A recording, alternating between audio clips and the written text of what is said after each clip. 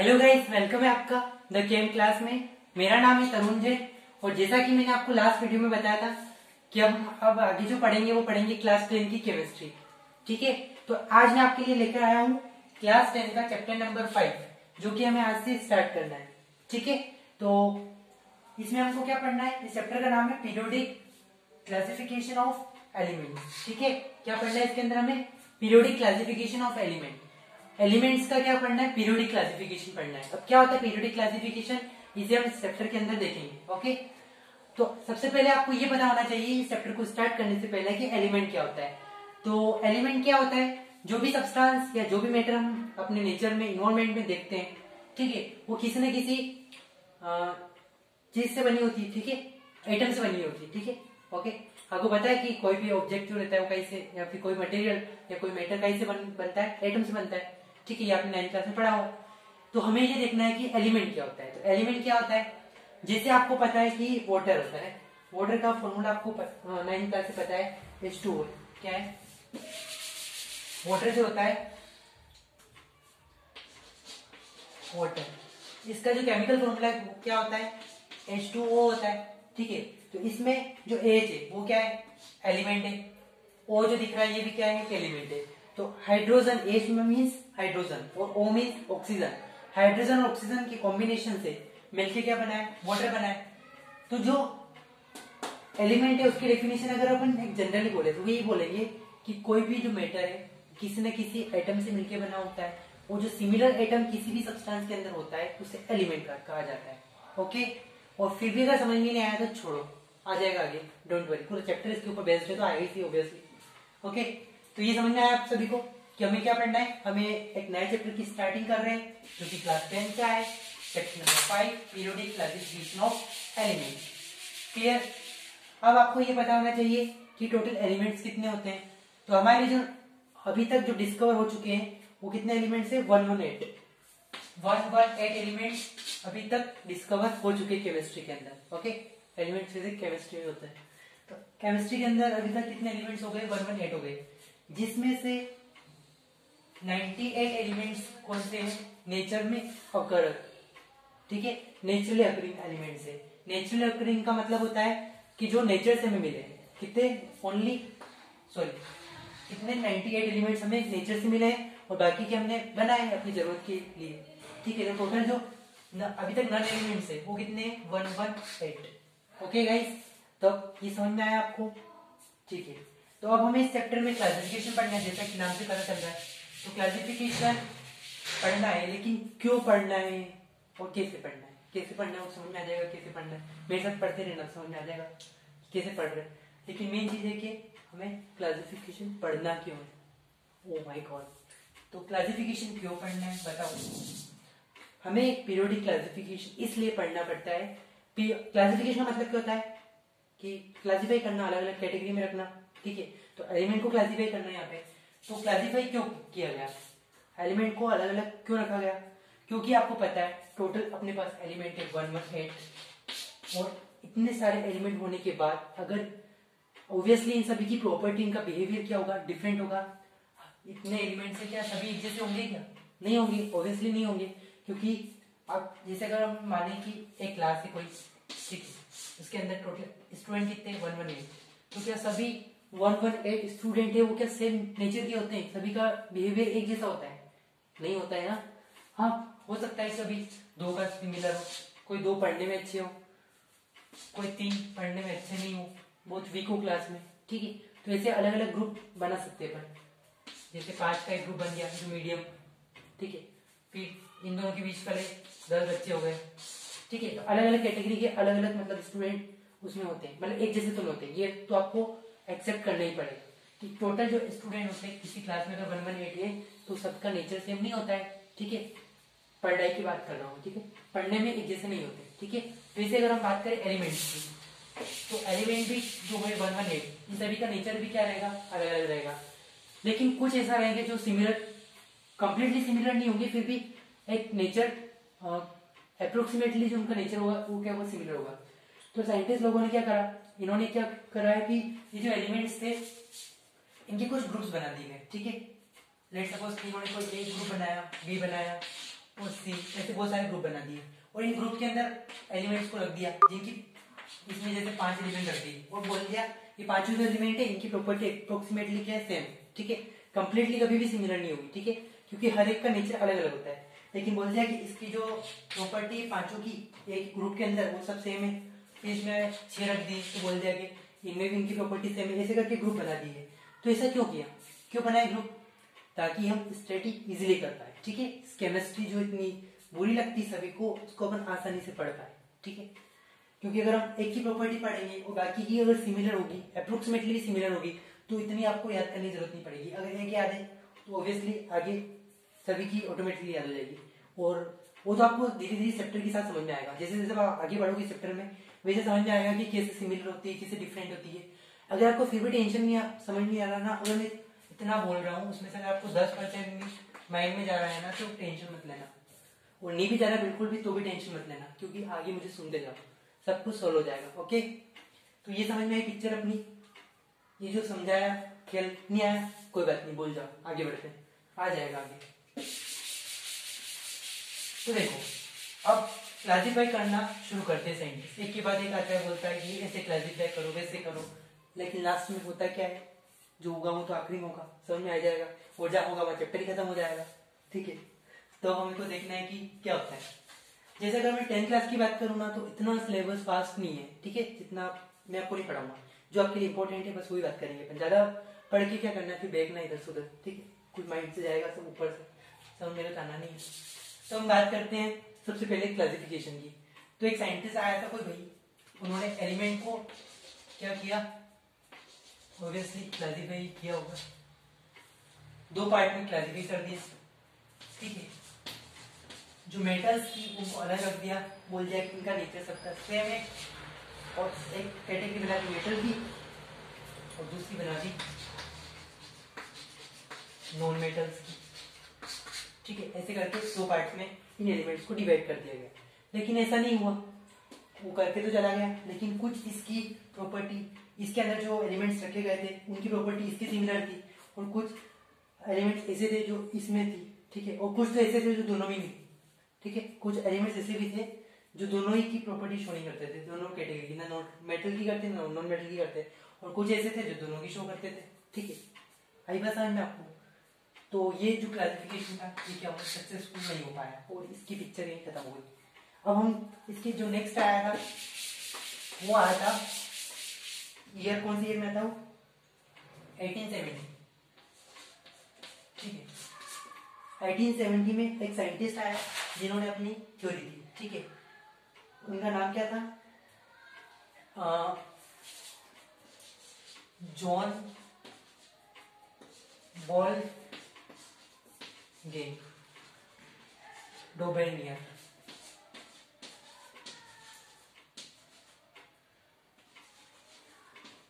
ठीक है, अगर ये नेम याद नहीं होना तो भी कोई दिक्कत नहीं, थ्योरी याद रख लेना, वो मेन है। ठीक है, तो ये तो कोई जैसा था नहीं, तो ये साइंटिस्ट का नाम है पूरा। ठीक है, तो इसने अपनी एक थ्योरी दी जिसका नाम क्या रखा गया, रखा इस खुद इन्होंने रखा अपना, क्या रखा, डोबेनियर ट्राइड।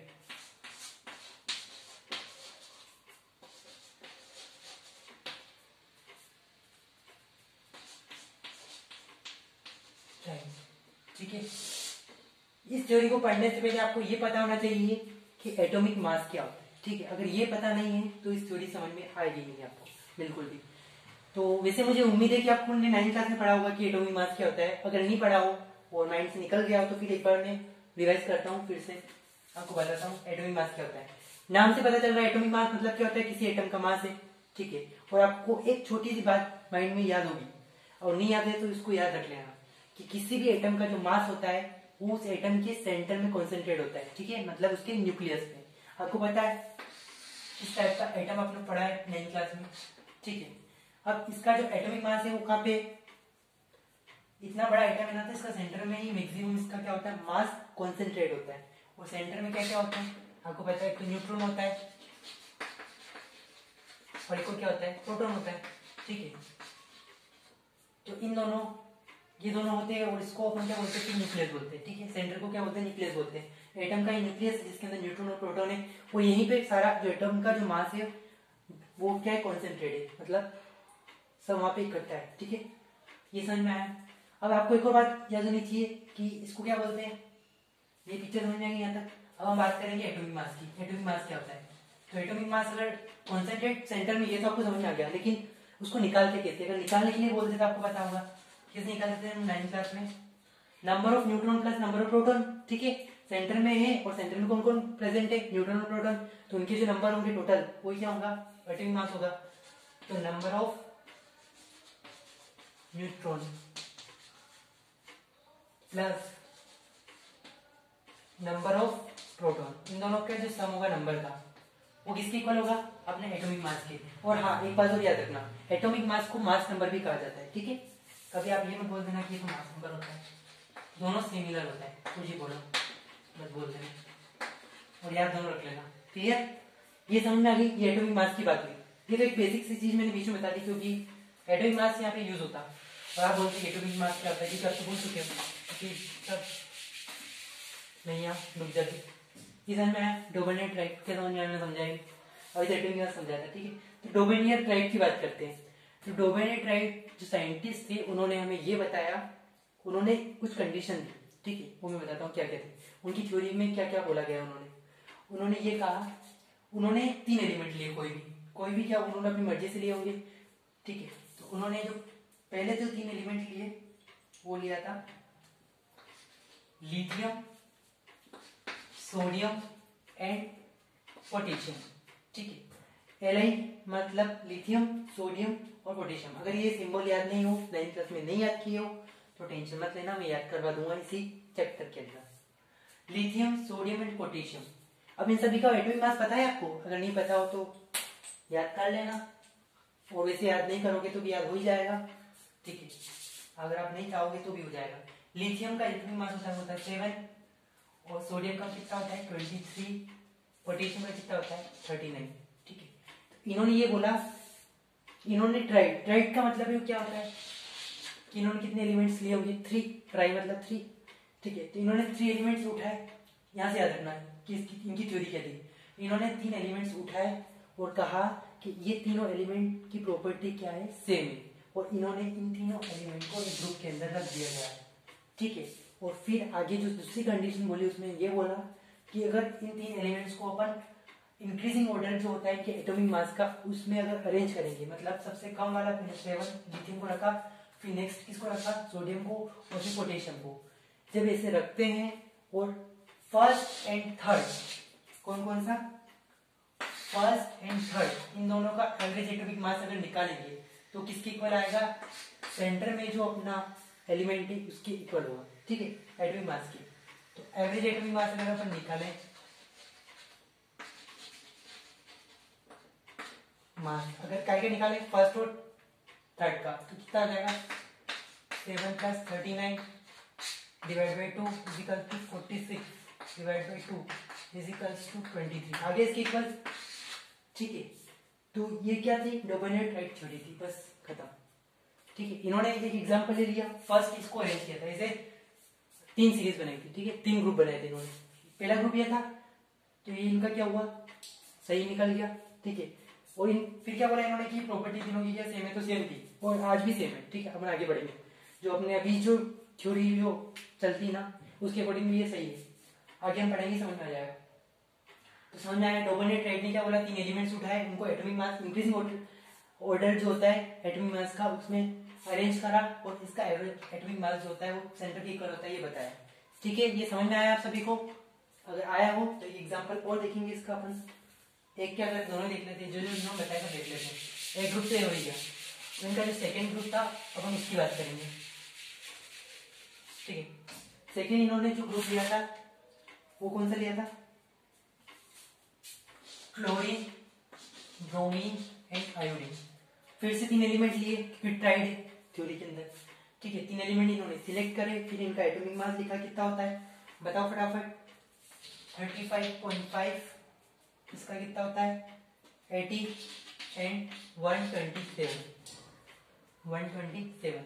अब फिर से इसका एवरेज एटॉमिक मास निकाले अगर अपन, जैसे लास्ट में निकाला था, तो वो भी क्या आना चाहिए, सेम आना चाहिए।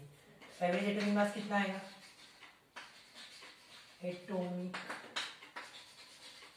मास कितना आएगा, first side mass 35.5 plus 127 divide by 2, ठीक है, किसकी इक्वल है 75।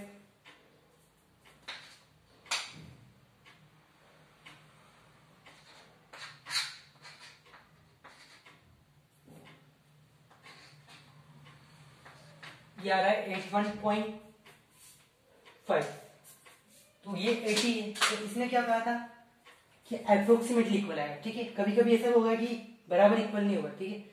जैसे यहाँ पे लास्ट में क्या हो गया था अपना 23, उसकी इक्वल आ गया था एवरेज एटॉमिक मास जो सेंट्रल एटम एलिमेंट था उसकी इक्वल आ गया था, लेकिन यहाँ पे ऐसा नहीं हुआ, ठीक है। यहाँ पे क्या हुआ है, थोड़ा सा इसमें डिफरेंस है, लेकिन अप्रोक्सीमेटली तो इक्वल है ना, ठीक है, तो सही है। इन तीनों की लोकेलिटी क्या है, सिमिलर है, ठीक है। ये अपना था दूसरा ग्रुप। फिर इन्होंने एक और ग्रुप बताया, इन्होंने बोला कि इसका भी सिमिलर है। आइए देखते हो इसको भी अपन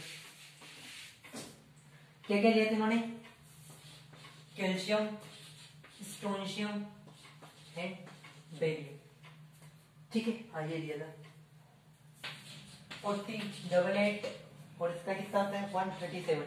मुझे भी याद नहीं है एटॉमिक मास, क्योंकि इतना कोई याद करने की जरूरत नहीं है, और जो इंपॉर्टेंट होगा ना वो इजीली याद हो जाएगा आपको टाइम के साथ, ठीक है। कैल्शियम का 40 होता है एटॉमिक मास, स्ट्रोंशियम का 88 और बेरियम का 137। इसका भी मैंने राइट निकालू मैं। फर्स्ट का कितना हो गया 40 और इसका कितना हो गया 137 डिवाइड बाय 2, कितना हो जाएगा 7 एंड 1। इसको सोल्व करेंगे तो 88 समथिंग कुछ पॉइंट में आएगा, ठीक है, 88.5। तो ये भी इसके क्या हुआ, अप्रोक्सीमेटली इक्वल आया, तो ये थ्योरी क्या हुई, सही हुई यहाँ तक, क्लियर। ये थी डोबर्नियर-ट्राइट की थ्योरी। और इसमें कुछ क्या हो गई,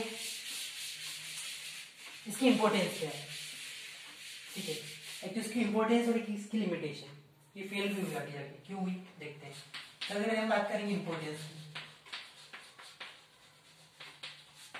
इंपॉर्टेंस ये है कि अपन इस थ्योरी के हेल्प से एटॉमिक मास अगर अपने को पता है तो अपन इजीली क्या कर सकते हैं, एलिमेंट की प्रॉपर्टी को फाइंड आउट कर सकते हैं, या फिर उनको उन एलिमेंट की स्टडी अपन इजीली कर सकते हैं, ठीक है। ये इसकी क्या थी, इंपॉर्टेंस थी।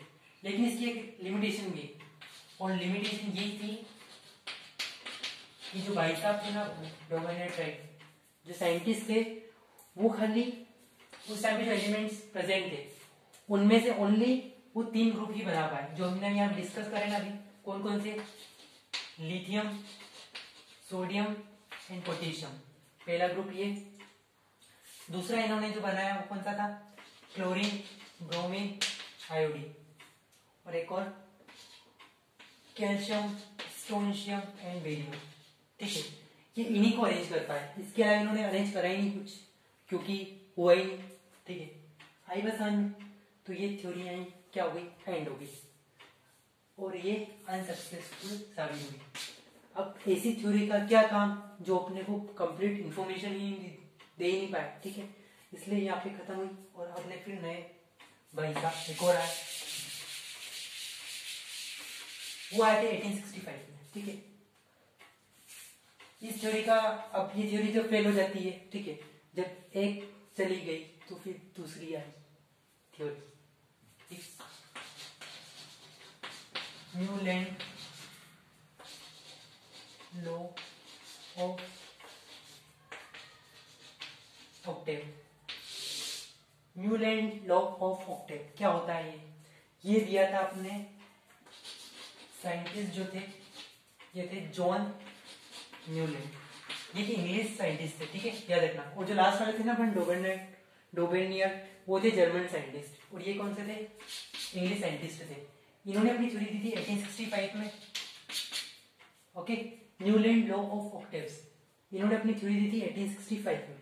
क्या बोला है इन्होंने तो कुछ नहीं करा, मतलब करा बहुत कुछ, लेकिन ये भी अनसक्सेसफुल ही हुए लास्ट में। न्यूलैंड लॉ ऑफ ऑक्टेव्स, ठीक है। न्यूलैंड के ऊपर आके क्योंकि इन्होंने थ्योरी दी, इस नाम में सब कुछ छिपा हुआ देखना पड़ता था। Newland law of octaves, new land means इन्होंने थ्योरी दी अपनी, इसलिए इसका नाम न्यू लैंड इसके अंदर आया। लॉ मतलब इन्होंने एक नियम दिया, ठीक है, अपनी थ्योरी दी। और ऑक्टेव्स मतलब आर्ट, ठीक है।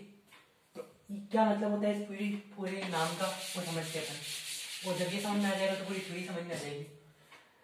हाँ, आपको पता है कि जो म्यूजिकल नोट्स होते हैं वो कितने होते हैं? 7 होते हैं। सा रे ग म पा ध नी, फिर नेक्स्ट वापस क्या आ जाता है? सा आ जाता है, ठीक है, वो तो सेम हो जाता है।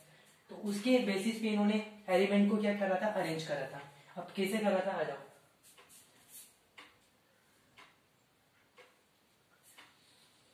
सा रे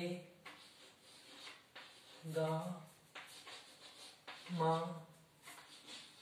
पा धा नी, ठीक है। इन्होंने ये कहा कि अगर हम एलिमेंट को एटॉमिक मास के इंक्रीजिंग ऑर्डर में अरेंज करेंगे और इनके नीचे अगर रखते जाएंगे तो हर जो 8वां एलिमेंट होगा ना, 8th एलिमेंट, उसकी प्रॉपर्टी फर्स्ट एलिमेंट से सिमिलर होगी। कुछ समझ में आया? नहीं आया? कोई बात नहीं, देखो बोर्ड पे भी आ जाएगा। यहाँ पे आपको पता है 7 नोट्स होते हैं म्यूजिक के, सा रे ग म पा धा नी, ओके। अब आपको क्या करना है? इसके नीचे उन्होंने एलिमेंट्स को लिखा, ठीक है। कैसे लिखा? सबसे पहले उन्होंने लिखा हाइड्रोजन, फिर लिखा lithium, beryllium, boron, carbon, nitrogen, oxygen. उस टाइम पे फ्लोरीन नहीं था, ठीक है, सॉरी फ्लोरीन था, नियोन नहीं था, फ्लोरीन नियोन नहीं था। फिर क्या आ जाएगा अपना? Sodium, magnesium, aluminium, silicon, phosphorus, sulphur, chlorine, potassium and calcium. देखो अब इन्होंने क्या किया? इन्होंने एटॉमिक मास जो था उसकी इंक्रीजिंग ऑर्डर में एलिमेंट्स को अरेंज किया। सबसे कम एटॉमिक मास किसका होता है? हाइड्रोजन का होता है। फिर उससे नेक्स्ट लिथियम, उससे ज्यादा इसका, उससे ज्यादा इसका, सभी का लिख नहीं रहा हूं मैं, है ना, डायरेक्टली बता रहा हूँ। मतलब इंक्रीजिंग ऑर्डर में अरेंज है सब, ठीक है, एटॉमिक मास की। जैसे हमने लास्ट थ्योरी में देखा था ना, सिमिलरली यहाँ पे भी क्या है? सबसे कम एटॉमिक मास इसका है और सबसे ज्यादा यहाँ पे जो एलिमेंट लिखा उसमें सबसे ज्यादा इसका है, कैल्शियम का है, ठीक है। तो इन्होंने इस एलिमेंट्स को अरेंज करा और क्या कहा कि जैसे कि सा है, ठीक है, तो इससे 8th एलिमेंट जो होगा ना, उसकी प्रॉपर्टी और फर्स्ट की प्रॉपर्टी सेम होगी। जैसे ये 1 2 3 4 5 6 7 8, 8 नंबर पर कौन आया? फ्लोरीन आया, तो इन दोनों की प्रॉपर्टी क्या होगी? सिमिलर होगी। वैसे अगर हम बात करें बोरॉन की, तो 1 2 3 4 5 6 7 8, इन दोनों प्रॉपर्टी क्या होगी? सेम होगी, इसलिए इनको ऐसे सेपरेट ग्रुप में लिख दिया गया, ठीक। इन्होंने ऐसे करके ग्रुप बना दिए अलग अलग, और क्या कहा कि इनकी प्रॉपर्टी सेम, इनकी प्रॉपर्टी सेम, इनकी सेम, इनकी सेम, इनकी सेम, इनकी सेम, इनकी सेम, इन सभी की प्रॉपर्टी क्या है? अलग अलग ग्रुप्स की सिमिलर है, ओके। अब ये बोल गए, लेकिन ये आकर क्या हो गए? फेल हो गए। वो फेल क्यों हुए?